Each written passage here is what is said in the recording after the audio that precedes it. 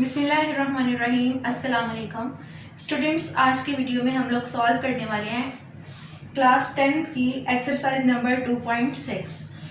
तो चलते हैं पहले क्वेश्चन की तरफ। पहले क्वेश्चन में देखें, स्टेटमेंट है बुक पे, यूज सिंथेटिक डिवीजन, एसडी का मतलब है synthetic division, to find quotient of x and remainder. यानी आपको दो पॉलिनोमियल्स दिए गए हैं, आपने इन दोनों पॉलिनोमियल्स को डिवाइड करना है, लेकिन डिवीजन का जो मेथड है वो आपने कौन सा यूज करना है, सिंथेटिक डिवीजन। ओके, इस मेथड को यूज करके आप बड़ी इजीली सॉल्व कर सकते हो। ओके, तो ये दो पॉलिनोमियल है, ये पहला पॉलिनोमियल है x square plus 7x minus 1, और ये दूसरा पॉलिनोमियल है जो कि हमारा डिवाइजर है, ओके, x प्लस 1। तो सिंथेटिक डिवीजन जो है वो बड़ा इजी मेथड है, इजी और सिंपल मेथड, इसे आप जल्दी से सॉल्व कर सकते हो बजाय के दूसरे मेथड से जो कॉमन मेथड है डिवीजन का, वो थोड़ा लेंथी होता है, ये शॉर्ट मेथड होता है और इससे जल्दी सॉल्व कर सकते हो। तो स्टार्ट करते हैं। सबसे पहले आपको क्या करना है, ये जो पहला पॉलिनोमियल है जिसे आपने डिवाइड करना है, इसके हर टर्म का कोएफिशिएंट आपको लिखना है, हर टर्म का कोएफिशिएंट, ठीक है। तो यहाँ पे एक्स स्क्वायर का कोएफिशिएंट 1 है तो हम 1 लिखेंगे, और एक्स का कोएफिशिएंट 7 है तो 7 लिख दें, थोड़ी सी स्पेस दे लें, ठीक है, थोड़ी सी स्पेस दे के लिखना है आपने। और देन आपके पास एक्स के बाद कांस्टेंट टर्म है जो कि -1 है, तो यहाँ पे हम -1 लिखेंगे इस तरह। अब यहाँ पे आपको लगानी है लाइन, ठीक है, और नीचे इस तरह से लाइन लगानी है। ये जो नीचे आप लाइन लगाएंगे ये भी स्पेस दे के फिर लगानी है, स्पेस दिए बगैर लाइन आपने नहीं लगानी, ठीक हो गया। अब यहाँ पे ये देखिए, ये आपके पास है x प्लस 1 जो आपका डिवाइजर है जिससे आपने डिवाइड करना है। आपने इसको 0 के इक्वल रख लेना है, ये स्टेप आपको ऊपर कर लेना चाहिए। x प्लस 1 को जब आप 0 के इक्वल रखें तो आपके पास x की वैल्यू आ जाएगी -1, तो यहाँ पे आपने -1 लिखना है, यहाँ पे इस साइड पे। अब आपको क्या करना है, ये जो पहला नंबर है इसको एज इट इज नीचे उतार लेना है, यहाँ पे लिख लेना है 1 एज इट इज नीचे आ गया। अब आपको क्या करना है, ये बाहर वाली वैल्यू को ये नीचे वाली वैल्यू से मल्टीप्लाई करके इधर ऊपर लिखना है। बाहर वाली वैल्यू को नीचे वाली से मल्टीप्लाई करके ऊपर लिखते हैं। -1 को 1 से मल्टीप्लाई किया तो -1। अब इन दोनों को कैलकुलेट करें, जो वैल्यू आएगी उसको इधर लिखते हैं। तो प्लस माइनस माइनस, 7 में से 1 गया तो 6 आ गया। अब आपको क्या करना है, अगेन जो बाहर वाली वैल्यू है उसको ये लाइन के जो नीचे वाला नंबर है इससे मल्टीप्लाई करें और लाइन के ऊपर लिख दें अगले नंबर के नीचे। तो इसको इससे मल्टीप्लाई करें, -1 को 6 से मल्टीप्लाई किया, -6 आया, यहाँ पे हमने लिख दिया -6। अब नेक्स्ट हमारे पास कोई वैल्यू नहीं है तो यहाँ पे हम लाइन लगा देंगे, ठीक है, इस तरह। अब इन दोनों वैल्यूज को कैलकुलेट करके यहाँ पे लिख दें, माइनस और माइनस प्लस होता है, 1 और 6 को प्लस किया 7 आया, और यहाँ पे हम 7 लगा देंगे, बड़ी वैल्यू के साथ माइनस है तो माइनस। जी तो स्टूडेंट्स, ये जो वैल्यू आई है ये रिमाइंडर है, और क्वोशंट हमने यहाँ से बनाना है, यहाँ से हम क्वोशंट बनाएंगे। तो देखिए, रिमाइंडर आप सिंपली लिख दें, रिमाइंडर है -7, ये रिमाइंडर हो गया। अब आपको क्वोशंट बनाना है, क्वोशंट को हम लिखेंगे Q ऑफ x। x इसलिए लिख रहे हैं क्योंकि ये ऐसा एक्सप्रेशन है, एक ऐसा पॉलिनोमियल बनेगा जिसमें x आ रहा है, तो इसलिए हम इसको Q ऑफ x लिखेंगे। आप खाली क्वोशंट भी लिख सकते हो इंग्लिश में। तो ये देखिए, आपको क्या करना है, इस साइड से मूव करना है, पहले नंबर को ऐसे लिख दें, फिर यहाँ पे देखें इसके साथ प्लस का साइन है तो प्लस लगा दें, और ये नेक्स्ट आप x लिखेंगे, और यहाँ पे ये जो वैल्यू है ये x का कोएफिशिएंट बनेगी, ठीक है। तो x का कोएफिशिएंट क्या आएगा, यहाँ पे 1 को चाहे आप लिखो या ना लिखो। यहाँ पे हमारे पास आगे कोई और वैल्यू नहीं है, अगर कोई और वैल्यू होती तो उसको हम यहाँ पे एक्स स्क्वायर का कोएफिशिएंट बनाते। आपने यहाँ से स्टार्ट करना है, पहले टर्म को एज इट इज लिखना है, उसके साथ आपको x नहीं लगाना है, दूसरे नंबर के साथ x लगाएंगे, यहाँ पे कोई और नंबर होगा उसके साथ एक्स स्क्वायर लगाएंगे, उसके अलावा आगे भी अगर कोई और वैल्यू होगी तो उसके साथ आप एक्स क्यूब लगा दोगे, यानी आपको एक्स की जो पावर है उसको बढ़ाते जाना है। तो ये हमने क्वेश्चन नंबर 1 किया। अब हम क्वेश्चन नंबर 2 जो है इसको भी सॉल्व करते हैं ताकि आपको ज़्यादा क्लियर हो जाए। अच्छा जी, यहाँ पे देखिए, एक बात आपने नोट करनी है, ये आपके पास जो पॉलिनोमियल है ये है x square plus 7x minus 1, quadratic है। जब आपने इसको x प्लस 1 से डिवाइड किया तो जो बाकी आपके पास बचा है यानी जो क्वोशंट है ये वाला जो एक्सप्रेशन आया है इसकी डिग्री इससे एक दर्जे कम हो जाएगी। ठीक है, यहाँ पे इसके देखें जो पावर है यानी जो आप कह सकते हो इसकी जो डिग्री है इस एक्सप्रेशन की वो 2 है, तो यहाँ पे जो हमारे पास एक्सप्रेशन है इसकी डिग्री 1 आएगी। अब जब आपने इसको इससे डिवाइड करना है, ठीक है, ये इसकी डिग्री 3 है इस एक्सप्रेशन की। ये हमारे पास क्यूबिक एक्सप्रेशन है या आप कह लो क्यूबिक पॉलिनोमियल है, तो इसको आप डिवाइड कर रहे हो लीनियर से। अब जब आप इसको इससे डिवाइड करोगे तो 1 पावर जो है वो कट जाएगी, खत्म होगी, क्योंकि इसकी पावर जो है वो 1 है, डिग्री 1 है इस एक्सप्रेशन की जिससे आप डिवाइड कर रहे हो। तो जो बाकी एक्सप्रेशन आपके पास आएगा उसकी डिग्री 2 होगी। ठीक है, यहाँ यानी जो आपके पास क्वोशंट आएगा उसकी डिग्री आपके पास 2 होगी, आप देखिएगा। ओके, लिखते हैं इसको।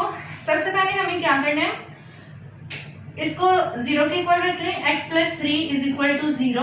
x की वैल्यू आपके पास आ गई -3, ये x की वैल्यू आ गई। अब आपको क्या करना है, अब आपने इस पॉलिनोमियल के कोएफिशिएंट्स यहाँ पे लिखने हैं और यहाँ पे आपने एक और बात नोट करनी है। ये देखिए, पहला कोएफिशिएंट 4 x क्यूब का, उसके बाद देखें x यहाँ पे x स्क्वायर नहीं है, x क्यूब के बाद x स्क्वायर को आना चाहिए, वो यहाँ पे नहीं है, तो हम उसका कोएफिशिएंट भी यहाँ पे लिखना है आपने, उसका कोएफिशिएंट 0 होगा क्योंकि वो यहाँ पे मौजूद नहीं है। x का कोएफिशिएंट -5 है तो -5, और यहाँ पे कांस्टेंट टर्म 15 है तो हम यहाँ पे 15 लिख देंगे। अब यहाँ पे लगा दे लाइन और यहाँ पे इस तरह से लाइन लगा दी। अब आपको क्या करना है, अब यहाँ से ये -3 है वैल्यू x की, इस यहाँ पे -3 लिखा। अब पहली वैल्यू आपको बिल्कुल उसी तरह से नीचे उतार लेनी है। अब बाहर वाली को इससे मल्टीप्लाई करके इधर लिखें, तो इन दोनों को मल्टीप्लाई करें, -12 आया, इन दोनों को कैलकुलेट किया तो -12। अब इन दोनों को मल्टीप्लाई किया, माइनस माइनस प्लस, 3 12 आर 36, तो यहाँ पे 36 लिख लिया हमने। अब इन दोनों को जब कैलकुलेट करेंगे, 36 में से जब 5 माइनस होगा, आपको पता है प्लस माइनस माइनस होता है, 36 में से 5 गया 31 आया, तो यहाँ पे हम लिख देंगे 31। अब इसको इससे मल्टीप्लाई करके यहाँ पे लिखना है, -3 को जब 31 से मल्टीप्लाई करोगे आप तो देखें क्या आ गया, 3 1 आर 3 और 3 3 आर 9, ये -93 आ गया। अब आपने इन दोनों वैल्यूज को करना है कैलकुलेट, और यहाँ पे जो वैल्यू आएगी उसको लिखते हैं। तो 93 में से जब 15 गया, 13 में से 5 गया तो 8, और ये 8 रहेगा, 8 में से 1 गया 7, तो ये -78 आएगा क्योंकि बड़ी वैल्यू के साथ माइनस है, इसलिए आप लोग यहाँ पे माइनस लगाओगे। ओके स्टूडेंट्स, ये जो है ये आपका क्या हो गया, रिमाइंडर। आर आ गई यहाँ पे -78। अब हमें क्या लिखना है, क्वोशंट लिखना है क्यू ऑफ एक्स। तो बिल्कुल उसी तरह से जैसे हमने इस क्वेश्चन में किया था, लास्ट वाली वैल्यू जो है उसको वैसे लिखें लास्ट में, जो नेक्स्ट वाली है उसके साथ ये -12 है, इसके साथ x लगा दें, और ये 4 है तो 4 के साथ हम x स्क्वायर लगा देंगे। तो ये जो है वो क्वोशंट बन गया हमारे। ये जब हमने इस एक्सप्रेशन को इससे डिवाइड किया तो ये रिमाइंडर है -78 और ये आ गया क्वोशंट। अब हम क्या करते हैं, अब हम क्वेश्चन नंबर 2 को सॉल्व करते हैं।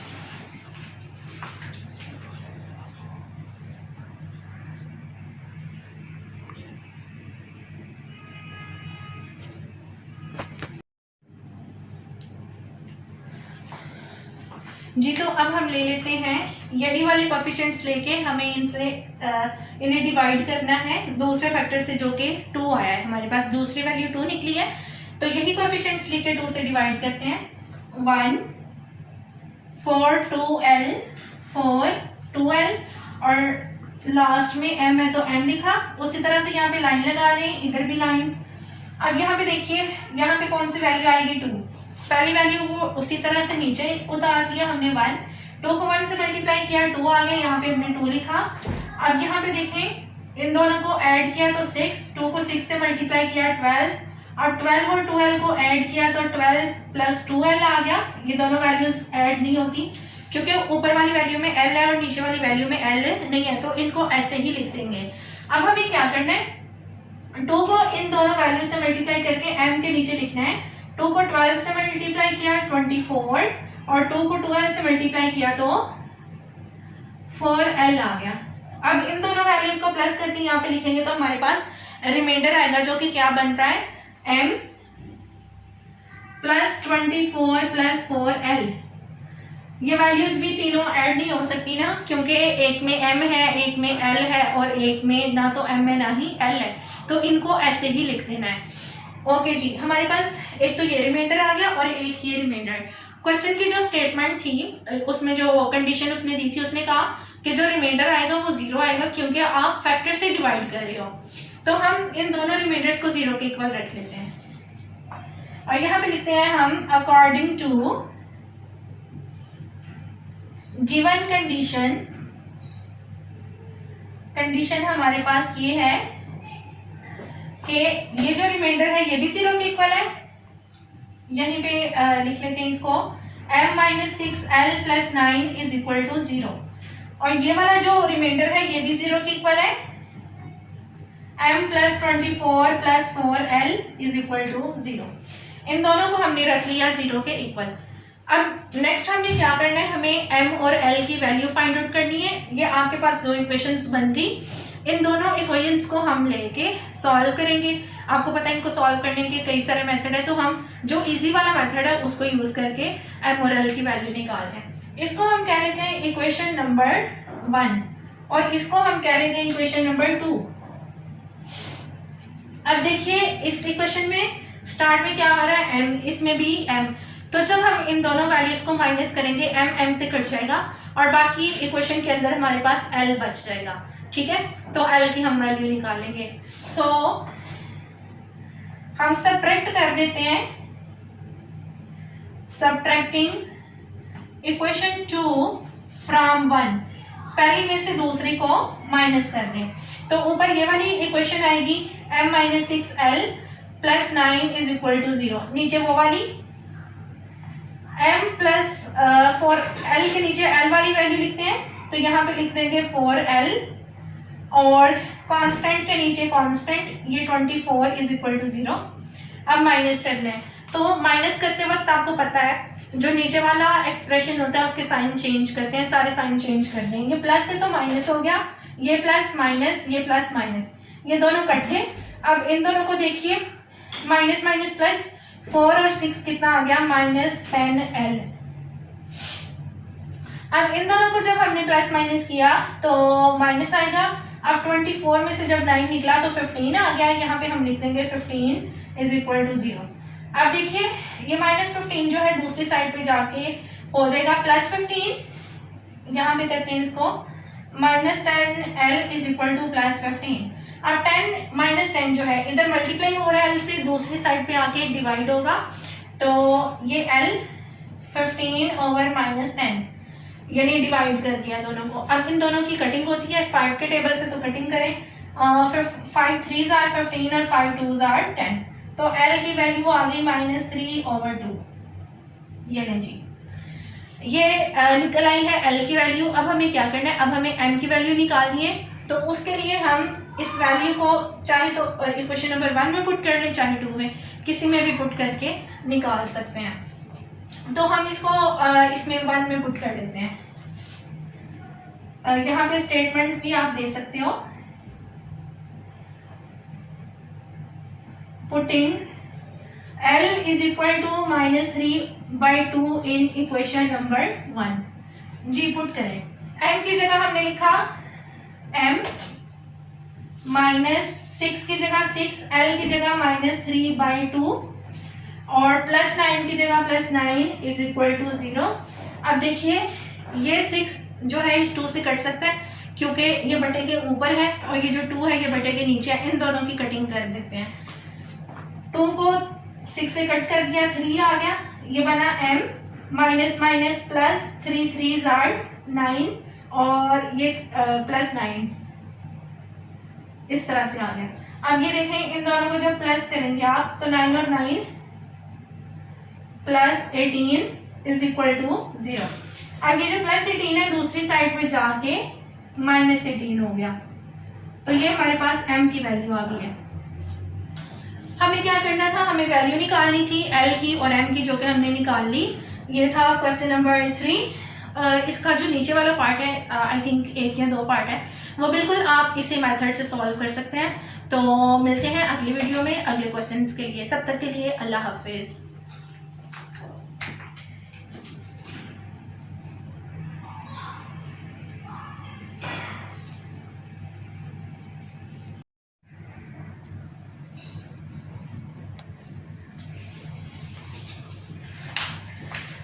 जी तो क्लास क्वेश्चन नंबर 2 जो है, इसकी स्टेटमेंट देखिए।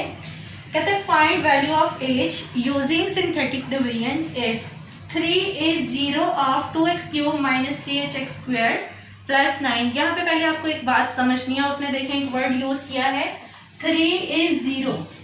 3 जो है वो 0 है किसका, इस पॉलिनोमियल का। इसका मतलब ये है कि जब हम इस पॉलिनोमियल को 3 से डिवाइड करेंगे तो जो रिमाइंडर आएगा वो 0 होगा। जो रिमाइंडर आएगा वो 0 होगा। मतलब ये कि अगर वो 0 नहीं भी आता तो आप उसको 0 के इक्वल रख सकते हो। तो स्टार्ट करते हैं इसका सोल्यूशन। आपको क्या करना है, आपको सिंथेटिक डिवीजन करनी है। तो आपको उस पॉलिनोमियल के कोएफिशिएंट्स लिखने हैं, जैसे हमने पिछले क्वेश्चन में किया। एक्स क्यूब का कोएफिशिएंट देखिए 2 है और एक्स स्क्वायर का कोएफिशिएंट है -3h। यहाँ पे आपने मिस्टेक नहीं करनी, एच को भी लिखना है। तो -3h लिख लिया। उसके बाद देखिए x का कोएफिशिएंट वहाँ पे नहीं है तो उसको हम 0 रखेंगे, उसको मिस नहीं करना। और कांस्टेंट टर्म 9 है तो यहाँ पे हम लिख लेंगे 9। अब यहाँ पे लगा दी लाइन, क्योंकि हमने सारे कोएफिशिएंट्स लिख लिए। यहाँ पे भी लाइन लगा दी और यहाँ पे डिवाइड किससे करना है, 3 से। 3 is 0 ऑफ, तो यहाँ पे क्या लिख लेंगे 3। पहली वैल्यू को वैसे नीचे उतारा 2। अब इन दोनों को मल्टीप्लाई करके हमने यहाँ पे लिख दिया 3 2s are 6, तो यहाँ पे 6 आ गया। अब इन दोनों को क्या करना है, माइनस, क्योंकि इस वैल्यू के साथ प्लस है, इसके साथ माइनस। लेकिन ये दोनों माइनस नहीं हो सकती क्योंकि इस वैल्यू में h है और यहाँ पे h नहीं है। अब इन दोनों को किस तरह से लिखेंगे, 6 - 3h, ये लिख लिया हमने। अब आपको क्या करना है, इस वैल्यू को इससे मल्टीप्लाई करें और ऊपर लिख दें 3 6 are 18 -3 3s are 9h। ये वैल्यूज लिख दी। अब इन दोनों को क्या करेंगे, प्लस। तो 0 को इस वैल्यू में प्लस कर लो, फिर भी यही वैल्यू आएगी, तो इसको लिख दें इधर 18 - 9h। अब इस वैल्यू को इससे जो नीचे वाली है उससे मल्टीप्लाई करके ऊपर लिखना है 9 के नीचे। तो 3 को जब आपने 18 से मल्टीप्लाई किया तो आ गया 54 और 9 को थोड़ा इसके ऊपर करके लिख लेते हैं, ये लिख लिया 9 को। और 3 को जब 9h से मल्टीप्लाई किया तो आ गया 27h। ओके जी। अब रिमाइंडर किस तरह से बनता है, एंड वाली दोनों वैल्यूज को आपस में कैलकुलेट करके। तो देखिए इन दोनों वैल्यूज को जब हम प्लस करेंगे तो -27h जो है ये तो ऐसे ही आ जाएगा, क्योंकि ऊपर वाली वैल्यू में h नहीं है, ये इसके साथ सॉल्व होगी। 54 में जब आपने 9 को प्लस किया, इसके साथ भी प्लस है, इसके साथ भी प्लस है, तो प्लस करेंगे तो आपके पास आ गया 63। आप कैलकुलेट करके देख सकते हैं, 54 में 9 डालेंगे तो 63 आ गया। अब ये हमारा रिमाइंडर है। अब जो क्वेश्चन में उसने कंडीशन दी थी, उसने कहा 3 is 0 ऑफ दिस पॉलिनोमियल, यानी कि रिमाइंडर जो है वो 0 है। According to given condition r जो है उसको हम 0 रख लेंगे। तो यहाँ पे हम लिखेंगे according to given condition. Condition ये है कि 3 जो है वो 0 इस पॉलिनोमियल का, यानी r जो है वो 0 आएगा जब हम इस पॉलिनोमियल को 3 से डिवाइड करेंगे। अब यहाँ पे r 63 - 27 है, तो यहाँ पे हमने लिख लिया 63 - 27, h is equal to 0। h की वैल्यू हमें चाहिए यहाँ से। अब देखें इसको सॉल्व करने से हमें h की वैल्यू मिल जाएगी। 27h को इस साइड पे लेके गए तो ये +27 हो गया, +27h। अब 27h से मल्टीप्लाई हो रहा है, इस साइड पे आके डिवाइड होगा, इसको डिवाइड कर देते हैं इधर। अब इन दोनों की कटिंग करते हैं, ये दोनों 3 के टेबल में आते हैं, 9 के टेबल में भी आते हैं, तो 9 से कर लेते हैं, जल्दी सॉल्व हो जाएगा। 9 3s are और 9 7s are। तो ये हमारे पास जो h की वैल्यू है ये आ गई 7/3। ये हमारे पास वैल्यू है। क्योंकि ये मजीद जो है वो सॉल्व नहीं हो सकती। अब क्या करना है, इस क्वेश्चन के जो बाकी दोनों पार्ट्स हैं वो आप सॉल्व कर सकते हो। मेथड आपको इस क्वेश्चन से पता चल गया, सेम जो है वो मेथड है उन दोनों का भी, दोनों पार्ट्स का सेम मेथड है। तो चलते हैं क्वेश्चन नंबर 3 की तरफ।